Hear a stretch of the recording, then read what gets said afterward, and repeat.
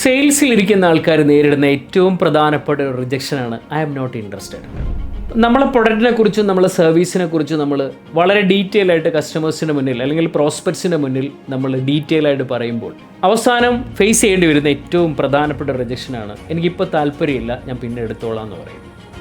ഒരിക്കലും സെയിൽസിലിരിക്കുന്ന ആൾക്കാർ തിരിച്ചു ചോദിക്കാൻ പാടില്ല, എന്തുകൊണ്ടാണ് സാർ, അല്ലെങ്കിൽ എന്തുകൊണ്ടാണ് നിങ്ങൾ നമ്മളെ പ്രൊഡക്റ്റ് വാങ്ങാൻ ഇഷ്ടപ്പെടാത്തത്, അല്ലെങ്കിൽ എന്തുകൊണ്ട് നിങ്ങൾ നമ്മളെ പ്രൊഡക്റ്റ് വാങ്ങാൻ ആഗ്രഹിക്കുന്നില്ല.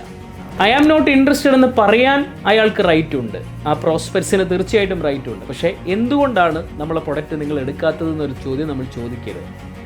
അത് ചോദിക്കുന്ന ഒരു റോങ് ക്വസ്റ്റ്യൻ ആണ്. ആ ചോദ്യം ചോദിക്കുമ്പോൾ കസ്റ്റമേഴ്സിൽ ഒരു ഡിഫെൻഡിങ് മൈൻഡ് സെറ്റ് കയറി വരികയും അത്തരം സിറ്റുവേഷനിൽ ആൾ ഒരു പരിധിവരെ പലതരത്തിലുള്ള കള്ളത്തരം നമ്മളോട് പറയാനുള്ള സാധ്യത, അല്ലെങ്കിൽ അതിൽ നിന്ന് ഒഴിഞ്ഞു മാറാൻ വേണ്ടി ഒരു പക്ഷേ കളവ് പറയാനുള്ള സാധ്യത ആ പ്രോസ്പെക്ട്സിൽ സാധാരണ കേസിലുണ്ടാകും.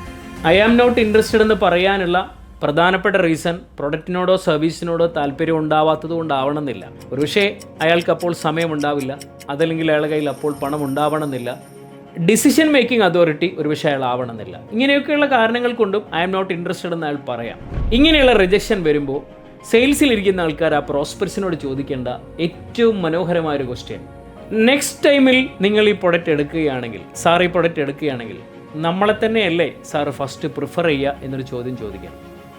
ആ ചോദ്യം ചോദിക്കുമ്പോൾ 99% പ്രോസ്പെക്ട്സും പറയാൻ സാധ്യതയുള്ള ആൻസർ യെസ് എന്നായിരിക്കും. ആ യെസ് പറയലാണ് അവിടെ നമ്മുടെ മുന്നിൽ വരുന്ന ഏറ്റവും വലിയ ഒരു ഡോർ ഓപ്പണിംഗ് എന്ന് നമുക്ക് വേണമെങ്കിൽ പറയാം. 80% സെയിൽസും മിനിമം 5 ഫോളോ അപ്പിലൂടെ മാത്രമേ നടക്കുകയുള്ളൂ. അതുകൊണ്ട് നെക്സ്റ്റ് ഫോളോ അപ്പിലുള്ള ഏറ്റവും വലിയൊരു ഡോർ ഓപ്പണിംഗ് ആണ് ഇങ്ങനൊരു ചോദ്യം ചോദിക്കുകയും ആ ചോദ്യത്തിന് അയാൾ എസ് എന്ന് പറയുകയും അതിലൂടെ നമുക്ക് ഡാറ്റാസ് അല്ലെങ്കിൽ നമ്മളെ കംപ്ലീറ്റ് ഡീറ്റെയിൽസ് അയച്ചു കൊടുക്കാനുള്ള ഒരു വേദി കിട്ടുമ്പോൾ അതിനെ നമുക്ക് അഗെയിൻ നമുക്ക് ഫോളോ ചെയ്യാനുള്ളൊരു അവസരം കിട്ടുകയാണ്.